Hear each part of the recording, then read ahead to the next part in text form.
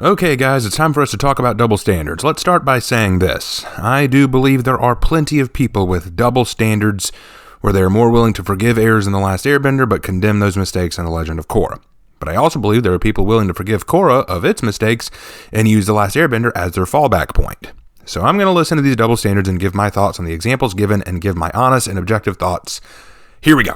Only one other avatar, but still. Yet another thing that people use to discredit The Legend of Korra are these unfair and sometimes straight up false comparisons to The Last Airbender that are used to not only make The Legend of Korra look bad, but also claiming that The Legend of Korra somehow destroyed Avatar The Last Airbender's legacy and ruins both shows in the process. And this kind of thinking is exaggeratory and dumb, and I will explain why. A lot of the anti-Korra crowd seem to have this really fucking stupid double standard when it comes to the show's relation to its predecessor. Someone on a Reddit thread explained what I mean by this pretty precisely. Quote, "It is fabricating a problem, and then, on top of that, fabricating a reason why The Last Airbender is exempt. Anytime The Legend of Korra does something different from The Last Airbender, they claim that it's trying too hard to be different, whatever that means. Yet when it does things exactly as The Last Airbender did them, or references the events of The Last Airbender, it's seen as rehashing and nostalgia pandering, which I think is proof that you really can't win with these people. I honestly don't blame people for thinking this, because when The Legend of Korra first came out in 2012, it was hyped up as the next big thing, this sequel to Avatar, which gave people these enormous expectations, and everyone tuned in, and many were subsequently disappointed because of how overhyped it was. The Last Airbender set the bar pretty high, and it took far too long for Korra to reach that bar. In terms of the show being different from The Last Airbender, though, I really don't see the problem. As a sequel series, The Legend of Korra is obligated to expand upon the foundation set by its predecessor, while also introducing new ideas and new situations to differentiate itself. They can't be trying too hard to be different when it didn't take much to differentiate the two to begin with. Being different and introducing new concepts is kind of the point of a sequel. However, The Legend of Korra is really only a sequel in name and in universe. It was always meant to be the story of the next Avatar. It's not a continuation of The Last Airbender. That story is over and doesn't need a continuation, comics aside. The Legend of Korra exists in this weird state of being its own thing while also being a sequel, kind of like a JoJo part, and that's probably the best way they could have gone about it. And I don't know what it is about Korra haters when they say that it ruined the legacy of the original, but it's fucking stupid. Firstly, you don't even really need to watch The Last Airbender to understand The Legend of Korra, since it reintroduces the necessary concepts and the premise is explained in the intro of every episode. The first episode of the show even has a pretty concise recap of The Last Airbender by telling us what happened in Aang's time and the effects that those events have on the world currently. There are really only a few moments in The Legend of Korra that don't work if you haven't seen The Last Airbender, namely Toph's appearance in Season 4 and a few minor explainers throughout the series. But even then, you can get the gist of those scenes. When it comes to legacy, however, I don't see how The Legend of Korra could have destroyed it, since it is very careful and respectful when it directly references or pays homage to The Last Airbender. When it bends the rules, it does so in a way that doesn't contradict or demean what was already established, as we discussed earlier with the retcons. And considering most of the original cast is either barely in The Legend of Korra or not in it at all, it's actually very improbable that their legacies, their stories, or their characters could have been destroyed. For instance, Toph is the one character from the original gang that we see the most in The Legend of Korra, and personality-wise, she is mostly the same, just a little bit wiser from age, and I'd hardly call that a destruction of her legacy. Katara and Zuko are the other two that are still alive, but they aren't in The Legend of Korra enough for it to destroy their characters, and even if Legend of Korra did do that, they aren't even central characters anymore. Their stories are done. From what Kaya, Bumi, and Tenzin say about Aang, he doesn't seem to have changed much after the series. We discussed this in a previous video. Sokka is really the only grounds for claiming the show disrespected the original, since Sokka is hardly even mentioned past Season 1, but even then, what we do see and hear of him is pretty consistent from where he left off in The Last Airbender. I guess my point here is that claiming a sequel disrespects the legacy of the original is a very bold statement that doesn't really apply in this instance. You could certainly say that for a slew of sequels or reboots out there, but The Legend of Korra ain't one of them. In fact, even if The Legend of Korra was the worst show ever made, which it isn't, it still would not destroy the legacy of Avatar The Last Airbender. As cringe as this is gonna sound, I think Nostalgia Critic put it best in his Last Airbender movie review. So you can do whatever you want to the franchise, because no matter what, nothing can take away or make any better what's already perfect. I'm just as surprised as you that something this profound came from Doug Walker, but it's very true. Cringe. What am I supposed to say? I have nothing to say. I mean, what can I say? I agree with most everything being said right now. Yeah, Matt and Doug are right. The Last Airbender is a nearly perfect series, and it didn't need a sequel. Korra's existence, bad or good, doesn't change what The Last Airbender is. You can't argue it destroyed The Last Airbender because it's so easy to just disconnect the two. If you don't like The Legend of Korra, it's very easy to just dismiss it and focus on the original. That's certainly what I've done with the Star Wars sequels. I really need to stop bringing them up in everything. I may have a problem now that I think about it. But yeah, I mean, back to the point, just if you have an issue with The Legend of Korra and you really just don't like it, it's easily pushed aside. It's not that big a deal, One thing that actually you say later on in the video, in your video, especially when talking about ER, is that you point out that ER argues it's a sequel that doesn't need to be made, and that doesn't objectively make it wrong just because it didn't need to be made. You're right, it doesn't objectively make it wrong just because it didn't need to be made, but he also has a point that the Avatar: The Last Airbender ended kind of flawlessly. There was no need to continue it. So by that token, if you don't like The Legend of Korra, just enjoy the fact that it didn't need to exist and it has no real bearing on the original show. The original show can exist just fine on its own. The Legend of Korra kind of stands alone. But anyway, moving on. Neither show is perfect, but The Last Airbender is The Last Airbender, and The Legend of Korra is The Legend of Korra, and the quality of one does not affect the quality of the other. The original can still exist in a vacuum, and you can revisit it at any time, and it'll still be the same whether you like The Legend of Korra or not. Korra's existence only affects The Last Airbenders if you let it. At the end of the day, though, it's clear what a lot of people wanted. They didn't want The Legend of Korra to be The Legend of Korra, they wanted The Legend of Korra to be Avatar 2, and this is evident by this really dumb double standard. I've seen a bunch of people in my comments section and even around the internet who try to rewrite The Legend of Korra, yet almost every time they just retread ground that was already covered in The Last Airbender. For instance, I've seen rewrites of this show that make it so Korra doesn't get her bending back at the end of season 1. Okay, fair enough. So to regain it, she goes on a journey around the world to relearn them by opening her chakras. Sound familiar? Because that's exactly what happened to The Last Airbender. Oh, by the way, side tangent, opening the chakras is not the only way to achieve the Avatar state. And the fact that people think this is a huge misconception. It's not a requirement. But anyways, these people seem to think that by doing exactly what Avatar did, again, that it would make Legend of Korra inherently good, and therefore what we got was bad. But that's not how that works. People think that rehashing the story for the sequel would make the sequel good, when that's not the case. The story of Avatar worked because it was specifically crafted to be that way. The story was written specifically to work with the characters that they needed to develop. You can't just take the exact same story and put it into another show with different characters, because it's not gonna work, especially if that show happens to be the sequel. Well, this is true. You don't want to just tell the same story over again, and to the haters out there who just want that, then I'm with Matt here. We don't need the same story told twice. That being said, I've come up with various story options that could fix a lot of Korra's issues and still not repeat Aang's. Here's one that I've been working on. Here's an idea that I've had. Okay, so keep season 1 the way it is. Season 1, don't touch it. Leave it alone. But then what if, instead of Korra getting her bending taken away and then returned right away, she goes into the next season without her bending, which makes her question her self-worth and role as the Avatar. She watches her friends and allies go out and fight for her, and she feels utterly worthless, and she contemplates suicide or other extreme things. But that's when she decides to really focus on her airbending, because that's all she has now, so she has to really focus on airbending. One of the things missing in season 1 was we didn't see a lot of her training in airbending. We saw 1 or 2 episodes dedicated to it, and then after that, just maybe little hints and visuals of her going through the motions. We never really see her do a lot of training. So this would be a good time to go into the spiritual, physical, and emotional aspects of airbending. That would be a good idea. But like I said, we never really explore that, but we also never really explore spirit bending. Maybe in season 2 we get her exploring spirit bending. Because think about this, we never explored spirit bending in the last series that much. So it'd be a good opportunity to explore the rules and things made up here. Because you said yourself, spirit bending doesn't have a lot of rules. This would be a great season to start establishing some rules. Maybe she starts studying it. Maybe she finds another guru who knows it. Maybe she and Aang have a conversation in her past life and he trains her. There are some options there. Okay, so then we move on to season 3. What if she does eventually get her bending back? Like, say, maybe at the end of season 2, she gets her bending back.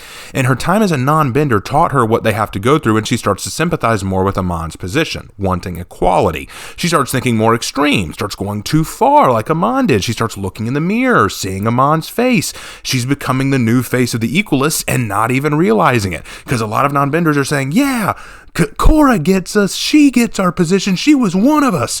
And Korra's like, I don't want to say that because I want to represent everyone. And then the benders maybe say, oh, are you just supporting the Equalists now? Don't tell me you've gone to their side. And it kind of becomes almost a contrast to our political situation today.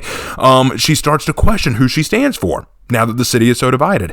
It's not like after Amon's death, the non-bender issues just go right away. I mean, that was something I always hated. If it really is an issue of non-benders versus benders, did that just go away next season?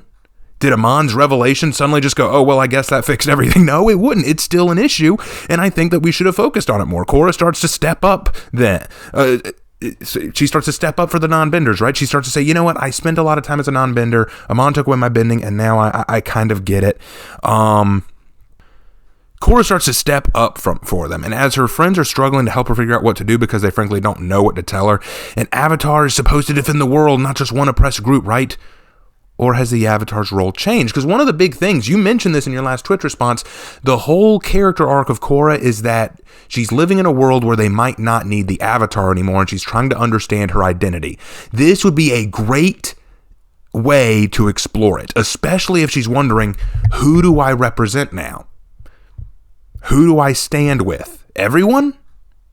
One over the other? The oppressed? The non-oppressed? Who do I stand with? Because I know if I pick one side, the other side's going to be hurt, and my job is to create balance. How do we create balance out of this? And then in the final season, then maybe for the final season, she falls into a coma, like in season 2, and meets her past lives, all of whom try to help guide her down the right path. She rejects them at first, claiming they don't know what she's been through, what she's seen, and then maybe it's Aang's time to tell her to get over herself and realize that every avatar has been called to deal with a world crisis, and this is hers. And then the solution might be something huge or unexpected, like maybe, this was a thought I had, what if the big revelation that she's given, what if that revelation she has is to disband Republic City? Because remember what the whole thing was in the last series, right? The whole thing in the last series was that Roku said it himself, the nations are supposed to remain separate. You know, we should not form this equal thing. The Fire Nation's idea of bringing everyone together under one banner is not a good idea. We should remain separate, you know? We have to keep to our own cultures and ideals and stuff like that. So maybe she says our attempt to bring all these different cultures together under one roof has done more harm than good, so let's disband Republic City, return everything to the way it was. Perhaps Aang had to confess that it was this melting pot of a city that allowed these problems to be founded in the first place. Maybe it's a confession that the nation, as Roku said, must remain separate as they were intended. So she declared Republic City free real estate. I don't know. It's just an idea, and I recognize that there's some problems with it. It's not a perfect idea. I just feel like it would have been a very interesting direction to go. I'm not saying it's good. I'm not saying it's bad, but it'd be different and unique, and I think it would have worked very well with what Korra was trying to do. You don't have to like it, but it's just a thought. Moving on. Imagine for a second if The Legend of Korra started out with Korra as only a waterbender, so throughout the series she travels around the world learning earth, fire, air, etc. On a base level, this doesn't work, since we've pretty much already seen this with The Last Airbender. Obviously, you can change things around to make it more interesting, you know, Pokemon's been doing that same shit for years, but ultimately, you're just retreading the same ground. The Legend of Korra would be boring if it was the exact same as The Last Airbender, and if anything, that's more of a reason to enjoy it. A ton of people like to rag on this show for it being different, but honestly, The Legend of Korra is at its best when it does new things. Okay, I can't agree with that, because I think the worst thing the show did was add the Avatar 1 episodes, which are definitely new things. Those were the worst parts of The Legend of Korra, in my opinion, and they nearly killed the show for me. I still watched the rest, but I almost put it up after that. I still don't like them. Just poorly planned out, poorly executed. Lots of stuff didn't make sense. And I didn't want an explanation to where bending and the Avatar came from. Look, if you liked them, great. If other people liked them, great. I didn't like them. I really thought they were pandering, but moving on.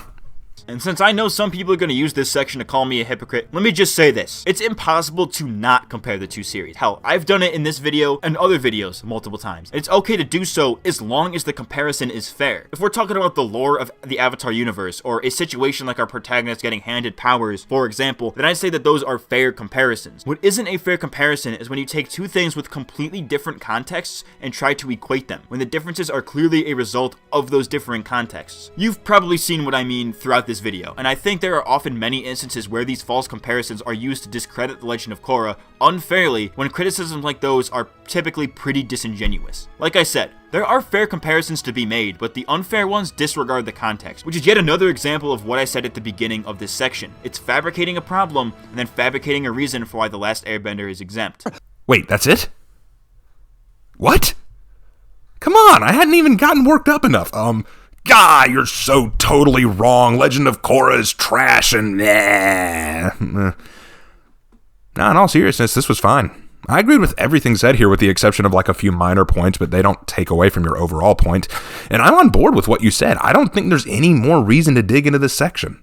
But that didn't take very long, so let's wrap this one up, folks. I've decided instead of doing another video to wrap this all up, let's just end it all here, okay? Let's finish this up. Okay, so his next part is on Lily Orchard and ER's videos about the Legend of Korra. I've watched both before, and I'm not going to go through Matt's video point by point to talk about them because I honestly don't feel right doing it. To do that honestly, I'd have to go back and just respond to each one of their videos directly, both Lily Orchard and ER, and I don't feel like doing that. If I did it here, it'd be a response to a response, and that's just ridiculous. No, not doing it. But what I will do is tell you my thoughts on the two video series. I will tell you what I think of both. First, ER. ER is funny most of the time. I loved his Star Wars videos and his Death Note Netflix series, which was very well done in my opinion. He makes them very funny. His editing is almost always on point.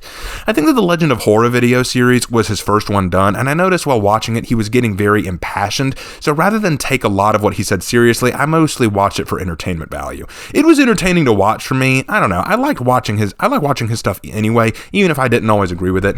I think here's the thing. I watched it and I laughed at it.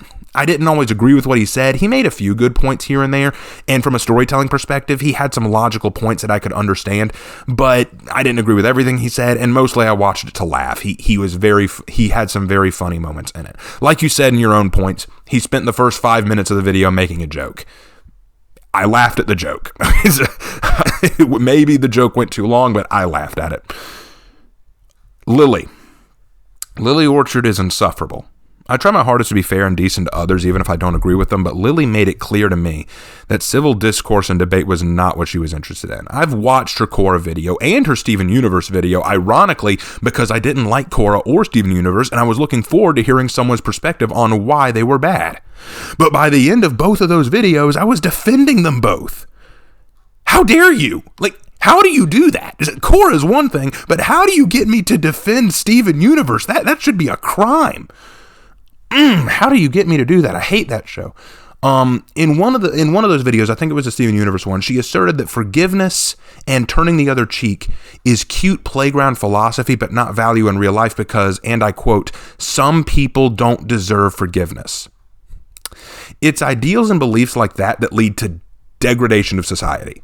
Not to steep too into my faith here, because I'm a man of faith, I'm a Christian, and I do make that a part of my life, and I'm not going to step too far into my faith here, but I do want to say this. When we get to be the arbiters of forgiveness and who is deserving and who isn't, then we will become a society of perpetual conflict and vengeance. And that's a discussion I would have loved to have had with her. Like, how far is too far? Where do we draw the line in terms of forgiveness? And some people don't deserve it. Who decides when it's deserved? Who decides that? When do we get to decide when mercy's a thing? And I wrote a comment to that effect. She insulted me openly and told me to get lost. Clearly the act of a well put together and rational person, am I right? In short, Lily is quick to use personal bias, political and social bias, and identity politics in her arguments. She's quick to throw criticism, but slow to establish solutions or partake in deliberation. I'm not saying one needs to play devil's advocate all the time, but I am saying that simply calling the opposition stupid, Nazis, or sheep is no way to act, and it doesn't make you look smart. It ironically makes you look intolerant. And as a side note, I don't think Lily knows what fascism is. She throws that word around a lot in her videos, and I don't think she actually knows what it is or how to recognize it. But I won't blame her too much for that because a lot of people in this day and age don't understand the word fascism. I ought to do a whole video on that. I digress. Let me wrap up on my points on ER and Lily Orchard with this. You said in your video to not be sheep. Matt, this was something Matt said. You said in your video, don't be sheep. Don't just blindly follow people or agree with them because they make long videos or because they have opinions you agree with. I couldn't agree more with that statement, but I'd like to take that a step further. For the sake of critical thinking and building your own ideas, I challenge my viewers and yours to watch ER and Lily Orchard's videos. Please, go observe them. Build your own conclusions. Challenge yourself. You may not agree with what they say, but by hearing their points, you will better understand how to defend your own points. Never live in an echo chamber where the only opinion and ideas you hear are your own, or ones you can easily agree to. Hear the opposition and affirm for yourself where they have it right, wrong, or in between. Take me, for example. I didn't like The Legend of Korra, but if I didn't give the opposition a chance and I just chose to ignore them or downvote all their content, I wouldn't be here. I wouldn't have listened to Matt's video and discussed his points. I wouldn't be literally rewatching the series right now looking for things I missed. I've learned a lot from just giving the other viewpoint a chance. I'm not going to tackle Matt's comments. I don't care to. They're his comments, and I'll let him be the one to address them. And I think this is a good place to end the series, guys. Let's conclude. In conclusion, I did not like The Legend of Korra, and for a while, I saw very little good in it. And after giving it time, thinking on it and rewatching it, and listening to Matt's arguments, I now see that there were areas I was being a bit unfair in. I now see the show as a flawed, very flawed product. It has good elements to it and creative ideas that I don't think were established well, and that they were poorly written. It's not as good as its predecessor, but at the same time, I don't think it was ever going to be. To the people who hate it, I understand your dislike for it. I do. I still don't like it as much as the original, and I still think it has problems. But I challenge you to consider it not as a sequel to the stories of the original cast, but as its own take on the Avatar world. I almost see it as a what-if scenario. And if that doesn't work, then just ignore it. Pretend Korra just doesn't exist and live with the original. There's no shame in letting it go because Korra doesn't damage the original, and the original doesn't lose anything if we remove Korra from it.